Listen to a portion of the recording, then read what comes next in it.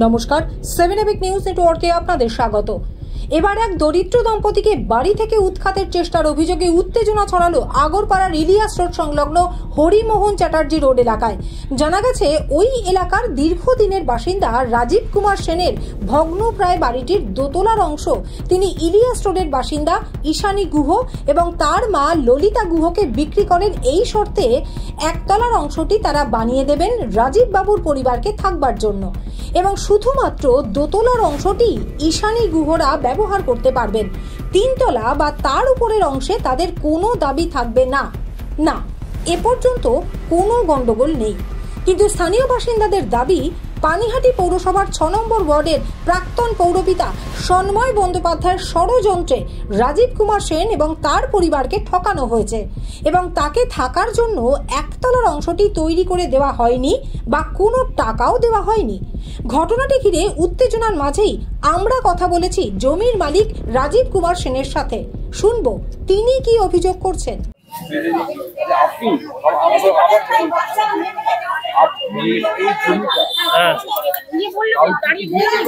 হ্যাঁ, আমি করেছিলাম।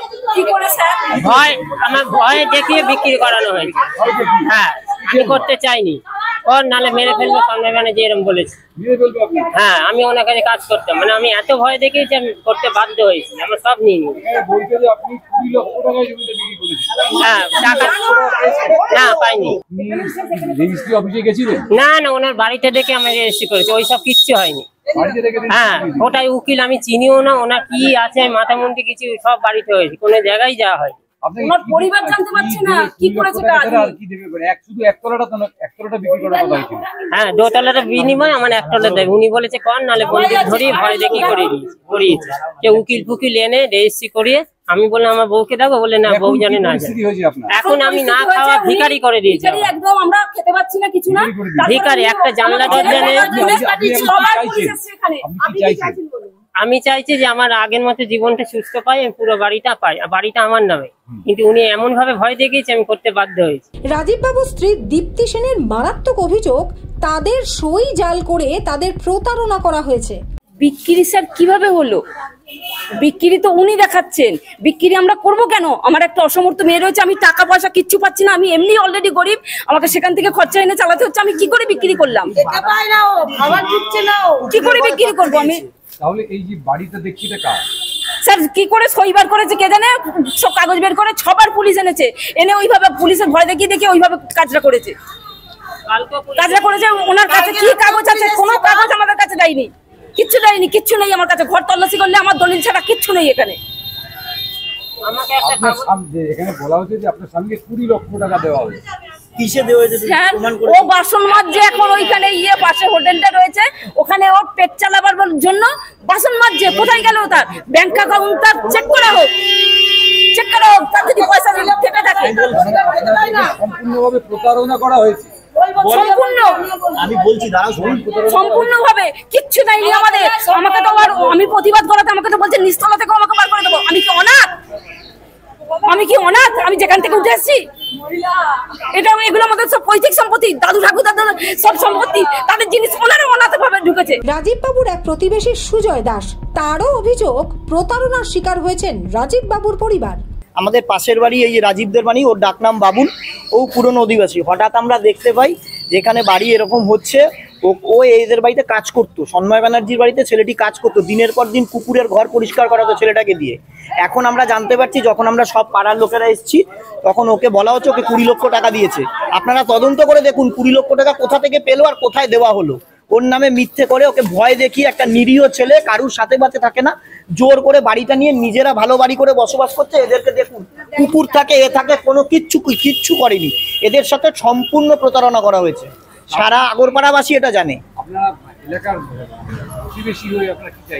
আমরা চাইছি এর সুষ্ঠু সমাধান হোক। ওরা ওদের যেটা প্রাপ্য, ওদের নিজেদের বাড়ি, ওরা আবার পুনরায় ফিরে পাক, ওরা আগের মতো যেরকম ছিল ওরকম বসবাস করুক। এলাকার এক বাসিন্দা সুস্মিতা সিংহ রায়ের অভিযোগ সরাসরি একেবারে সন্ময় বন্দ্যোপাধ্যায়ের বিরুদ্ধে। কি বলছেন তিনি, শুনুন। আমার বাপের বাড়ির পাড়া, আমি এখানেই থাকি, আমি পাশেই থাকি ডিএন চ্যাটার্জি রোডে। এখানে ওদের সূত্রে আমার পরিচয়, ওরা একটা সরকারি বাড়ির অ্যাপ্লাই করেছিল, আমাকে বলেছিল ওটা করিয়ে দাও, সেই সূত্রে ওর সঙ্গে আমি আসি। তাছাড়া ওর মেয়ে খুবই একটা ভালো স্টুডেন্ট, কিন্তু অর্থের অভাবে কোনো শিক্ষক নেই। আমার ছেলে ওকে পড়ায়, ওকে অঙ্ক পড়ানো থেকে শুরু করে অনেক কিছু সাহায্য করে, আমিও করি। প্রায় দিনও আমার বাড়ি থেকে ভাত খেয়ে আসেন। আপনারাই বলুন, কেউ যদি 20 লক্ষ টাকা পায়, কেউ কি রাস্তায় লোকের কাছে খাবার জন্য চাইতে যায় খাবার? সন্ময় ব্যানার্জি এত নোংরামো কেন করলো? সন্ময় ব্যানার্জির কাছে আমরা 10 বছর থেকে এসেছি, উনি কি ধরনের নোংরা লোক আমরা জানি। এটার পেছনে কোনো রকম ভুল নেই। এবং যদি সন্ময় ব্যানার্জি ঠিকভাবে এটা বিক্রি করতেন, তাহলে কালকে পুলিশ এসছে, কালকে এত কিছু হচ্ছে, আজকে এত কিছু হচ্ছে, তাহলে উনি সামনে এসে ভদ্রভাবে কথা বলছেন না কেন? উনি চোর বলে উনি এখনো বেরোনোর ভয় পাচ্ছে। আমরা চাইছি ওর ন্যায্য বিচারক, ওর বাড়ি ফিরে পাক। আর যদি অপরটা নেয়, তাহলে 50 লাখ টাকা ওদের দিয়ে তারপর ওর বাড়িতে ঢুকবে। তার আগে 1 টাকাও যেন না দিলে আমরা সবাই প্রতিবাদ করব, আমরা এই বাড়িতে তালা দিয়ে দেবো। এরপর দেখা যায় উত্তেজিত স্থানীয় মহিলারা ওই বাড়ির দোতলায় উঠবার সদর দরজায় তালা লাগিয়ে দেন। পাশাপাশি চলতে থাকে বিক্ষোভ। আর আমরা হাজির হই অভিযুক্ত প্রাক্তন পৌরপিতা সন্ময় বন্দ্যোপাধ্যায়ের বাড়িতে। তবে সন্ময়বাবু তার বিরুদ্ধে ওঠা সমস্ত অভিযোগ অস্বীকার করে জানান, উত্তেজনা ছড়াচ্ছে স্থানীয় বাসিন্দারা নন, তৃণমূলের কিছু সক্রিয় কর্মী। আর তার সাথে এ ঘটনার কোনো সম্পর্ক নেই। যা কিছু হয়েছে আইন মেনে হয়েছে। বিষয়টি এখন আদালতে বিচারাধীন। শেষ কথা বলবে আদালত। প্রথমত দুটো সংযোজন করা দরকার। এলাকার মহিলারা নয়, এরা তৃণমূলের ক্যাডার বাহিনী, 1। আর 2 হচ্ছে আমি দখল করিয়ে দেওয়ার কেউ নয়। দেশে আইন আছে, দেশে সংবিধান আছে, দেশে পুলিশ আছে, দেশে প্রশাসন আছে। আর আমার কাছে বারবার তারা এসেছিল, আমি একটা প্রস্তাব দিয়েছিলাম, সেই প্রস্তাবটা তারা গ্রহণ করেছিল। তারপর লিখিতভাবে সমস্ত এগ্রিমেন্ট হয়, একাধিক এগ্রিমেন্ট হয়, যাতে ওই বাড়ির যে মহিলা, সে মহিলা সই করেছেন, যে পুরুষ তিনি সই করেছেন, বাড়ি রেজিস্ট্রি হয়েছে। তারপর আজকে আপনারা দেখলেন যে মেয়েটিকে মেরে ওই বাড়ি থেকে তৃণমূলের মহিলা বাহিনী বার করে দিল।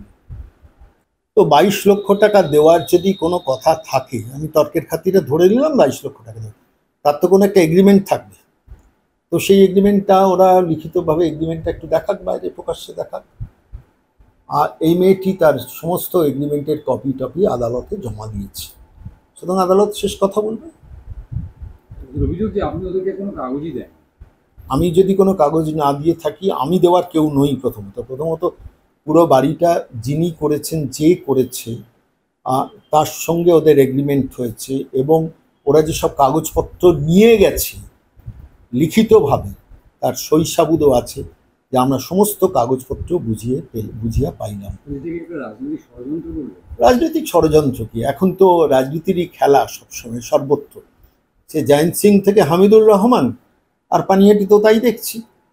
তাই রাজনীতি ছাড়া কি? একটা বাচ্চা মেয়েকে, বাপমরা মেয়ে, বিধবা মার সঙ্গে থাকে, তার গ্র্যাচুইটি, প্রভিডেন্ট ফান্ড, সমস্ত টাকা বাবার, মার সোনা বন্ধক রেখে বাড়িটা এগ্রিমেন্ট অনুযায়ী একদম আদালতের অ্যাডভোকেট সেখানে সই করেছেন, অ্যাডভোকেটের উপস্থিতিতে, একাধিক সাক্ষীর উপস্থিতিতে তারা সই করে সমস্ত এগ্রিমেন্ট করে, যে এগ্রিমেন্ট কোর্টে জমাও দেওয়া হয়েছে, সেই এগ্রিমেন্টের পর তারপর যদি কেউ বলে যে তাকে ঠকানো হয়েছে, বলার কিছু নেই। তারা তাদের লিখিত ডকুমেন্ট জমা দিক। কোর্টে এই মেয়েটি তার ডকুমেন্ট জমা দিয়েছে।